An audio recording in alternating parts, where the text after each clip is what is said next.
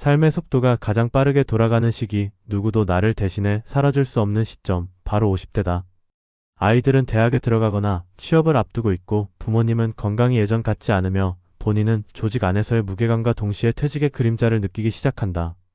하루하루가 긴장의 연속이고 수입은 여전하지만 지출은 늘어가며 마음속에선 내가 언제까지 이 생활을 유지할 수 있을까라는 의문이 피어오른다. 사회적으로는 안정기에 접어든 듯 보이지만 실상은 가장 치열한 전쟁터에 서 있는 나이 50대. 바로 이 시기에 우리는 삶의 방향을 완전히 바꾸는 중대한 결정을 내려야 한다. 준비 없이 지나쳐버리면 돌이킬 수 없는 후회를 남기게 되는 결정들, 그 대표적인 사례들을 지금부터 들려주고자 한다. 첫 번째 사례는 건설회사에서 25년간 근무한 정 과장의 이야기다. 그는 항상 성실했고 상사의 신뢰도 두터웠지만 회사가 대규모 구조조정을 하면서 그에게도 퇴직 권유가 날아왔다. 아직 정년까지는 6년이 남아있었고 아이들도 한창 돈이 많이 들어가는 시기였다. 고민 끝에 그는 퇴직금을 활용해 소형 카페를 창업했다. 처음엔 지인들이 찾아주며 분위기가 좋았지만 1년이 지나면서 손님 수가 뚝 떨어졌고 임대료와 인건비가 부담이 되기 시작했다. 코로나로 직격탄까지 맞자 결국 폐업을 결정했다. 문제는 여기서 끝이 아니었다. 퇴직금 대부분을 창업에 쏟아부었고 다시 일자리를 구하자니 나이는 발목을 잡았다. 정 과장은 말했다. 그때 퇴직을 조금만 더 준비했더라면, 아니면 다른 형태의 소득원을 먼저 마련했더라면 이렇게 급하게 결정하지 않았을 거예요. 이 사례는 50대에 얼마나 철저한 사전 계획이 필요한지를 단적으로 보여준다. 감정적인 결정이 아닌 냉정한 수치와 현실 기반의 판단이 절실한 시점이 바로 50대다. 두 번째 사례는 중학교 교사로 28년을 재직한 송 선생의 이야기다. 그는 공교육 시스템 안에서 늘 정직하고 묵묵하게 일해왔고 정년퇴직이 가까웠기에 큰 고민은 없었다. 문제는 그의 부인이 암 판정을 받으면서부터 시작됐다. 치료비가 예상보다 많이 들었고 은퇴 후 생활비와 병원비를 동시에 감당하기엔 연금만으론 턱없이 부족했다. 이때 그는 처음으로 자신의 자산 구성을 되돌아봤다. 집은 있었지만 현금 자산이 부족했고 자녀 교육에 대부분을 쏟아부어 저축은 바닥에 가까웠다. 그는 후회했다. 그때 연금을 더 늘리거나 건강보험 외에도 별도의 대비를 했어야 했어요. 교직이 안정적이라고 너무 안일하게 생각했죠. 송 선생의 이야기는 직업의 안정성과 별개로 개인의 리스크 관리는 반드시 별도로 준비해야 한다는 사실을 일깨워준다. 50대는 체력도 가족도 예기치 못한 변수들이 생기는 시기다. 그 어느 때보다 내가 과연 어떤 상황에서도 버틸 수 있는가에 대한 시뮬레이션이 필요하다. 세 번째 사례는 외국계 기업의 마케팅 부장으로 근무 중인 이 부장의 이야기다. 그는 20년 넘게 외국계 기업에서 고액 연봉을 받아왔고 비교적 넉넉한 생활을 누려왔다. 하지만 회사 내부의 구조조정과 글로벌 본사의 전략 변화로 인해 그의 부서는 축소되었고 몇 개월 뒤 그 역시 퇴직 대상이 되었다. 다행히 그는 미리부터 투자와 자산 관리에 관심을 가져왔고 주식과 배당형 펀드, 임대 수익이 나오는 소형 오피스텔을 통해 연봉의 절반 정도의 수입을 만들 수 있는 구조를 만들어 놓았다. 그는 말했다. 언제든 이 회사가 나를 버릴 수 있다는 사실을 40대 후반부터 체감하기 시작했어요. 그때부터는 지금 버는 돈보다 그 이후를 준비하는 데 더 집중했죠. 이 부장은 비교적 부드럽게 은퇴 전환에 성공한 사례지만 그의 준비 역시 그냥 이루어진 게 아니었다. 철저한 리스크 분석과 다각도의 수입원 설계가 있었기에 가능했던 일이다. 이 사례는 50대에 접어들며 퇴직 이후의 나를 구체화하는 준비가 얼마나 중요한지를 보여준다. 단순히 은퇴를 기다리는 것이 아닌 주도적으로 은퇴 이후를 디자인하는 자세가 핵심이다. 이 세 사례는 모두 다른 직업, 다른 상황이지만 공통된 메시지를 던진다. 바로 50대는 단순히 현재를 유지하기보다 앞으로의 삶을 준비해야 할 골든타임이라는 것이다.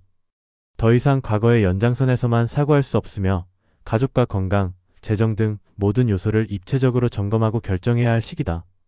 또한 50대에 내리는 결정은 단기적인 생존을 넘어 노후의 존엄과 삶의 질을 좌우한다. 감정이 아닌 데이터로, 불안이 아닌 전략으로 50대를 보내야 한다.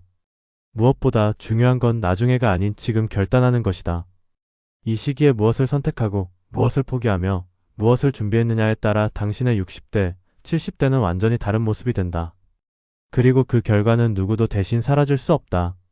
결국 50대는 인생의 두 번째 막을 여는 관문이자 마지막으로 자신에게 투자할 수 있는 기회의 시간이다. 바쁜 일상 속에서 잠시 멈추고 인생의 큰 그림을 점검해보자. 준비된 50대는 두렵지 않다. 두려움은 준비하지 않은 자의 몫일 뿐이다. 50대라는 시기는 사람에 따라 다르게 받아들여진다.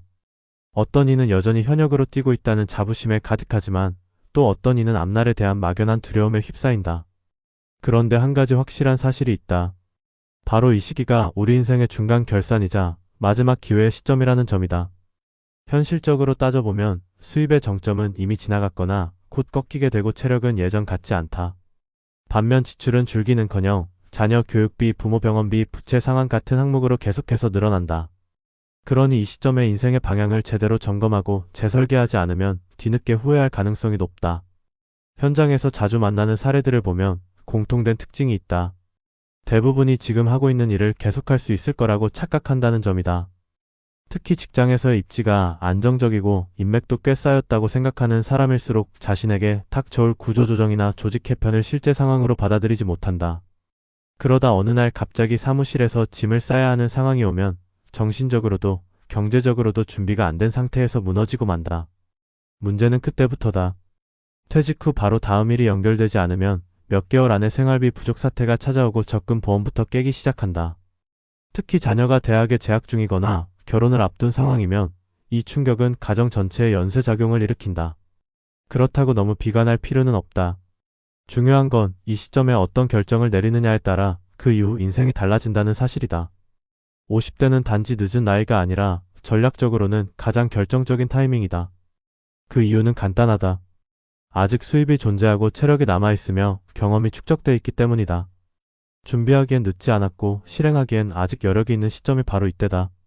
문제는 이 시기를 어떻게 활용하느냐다. 가장 먼저 해야 할 일은 내 삶의 수입 구조를 재점검하는 일이다. 지금 당장 벌고 있는 돈이 몇 년이나 지속 가능한지 점검해야 한다. 그 다음은 은퇴 이후를 가정했을 때의 예상 지출을 계산하는 것이다. 의료비, 생활비, 자녀 지원, 노후 주거비까지 현실적으로 계산해봐야 한다. 그리고 그 격차를 줄이기 위해 무엇을 할 수 있을지 고민해야 한다.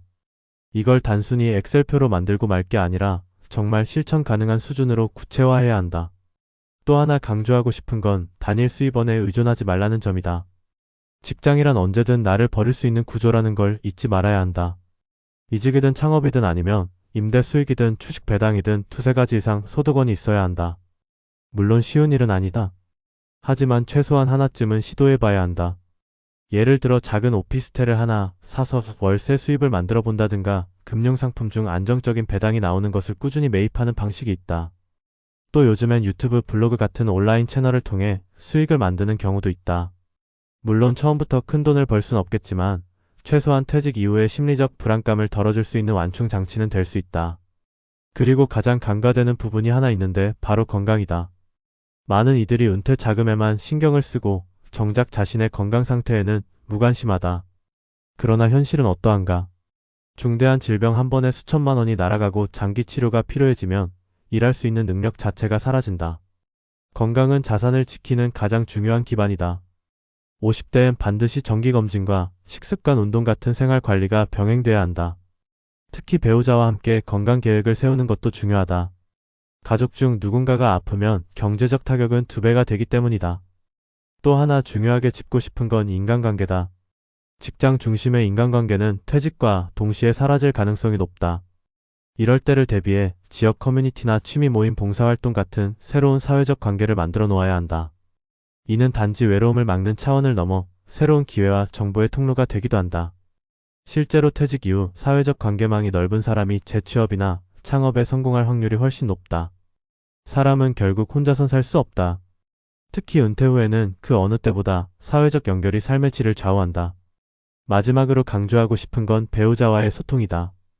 은퇴 이후 갈등이 가장 많이 발생하는 부분이 바로 돈과 생활 방식이다. 지금까지는 각자의 역할에 충실했다면 앞으로는 함께 설계하고 함께 결정하는 관계가 되어야 한다. 서로의 기대와 현실을 공유하고 노후 생활의 우선순위를 조율해야만 혼란을 줄일 수 있다.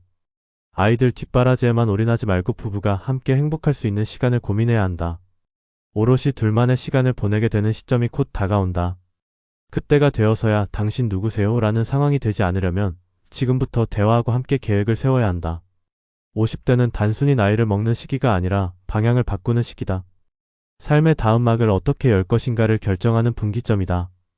경제적 준비는 물론이고 정서적, 인간관계적, 건강적 측면까지 종합적으로 점검하고 선택해야 한다. 지금의 선택이 향후 수십 년의 삶을 좌우한다. 누구도 내 인생을 대신 살아주지 않기에 이 결정은 오롯이 나의 몫이다. 그리고 그것이 바로 50대의 무게다. 하지만 동시에 기회의 시간이다. 늦지 않았다. 지금 준비하면 된다. 지금 결정하면 바뀐다. 지금 움직이면 나중이 달라진다. 이 진실을 받아들이는 사람만이 앞으로의 삶을 주도적으로 살아갈 수 있다. 인생 후반전의 주인공이 되고 싶은가? 그렇다면 오늘을 낭비하지 말자. 오늘의 선택이 곧 당신의 노후다.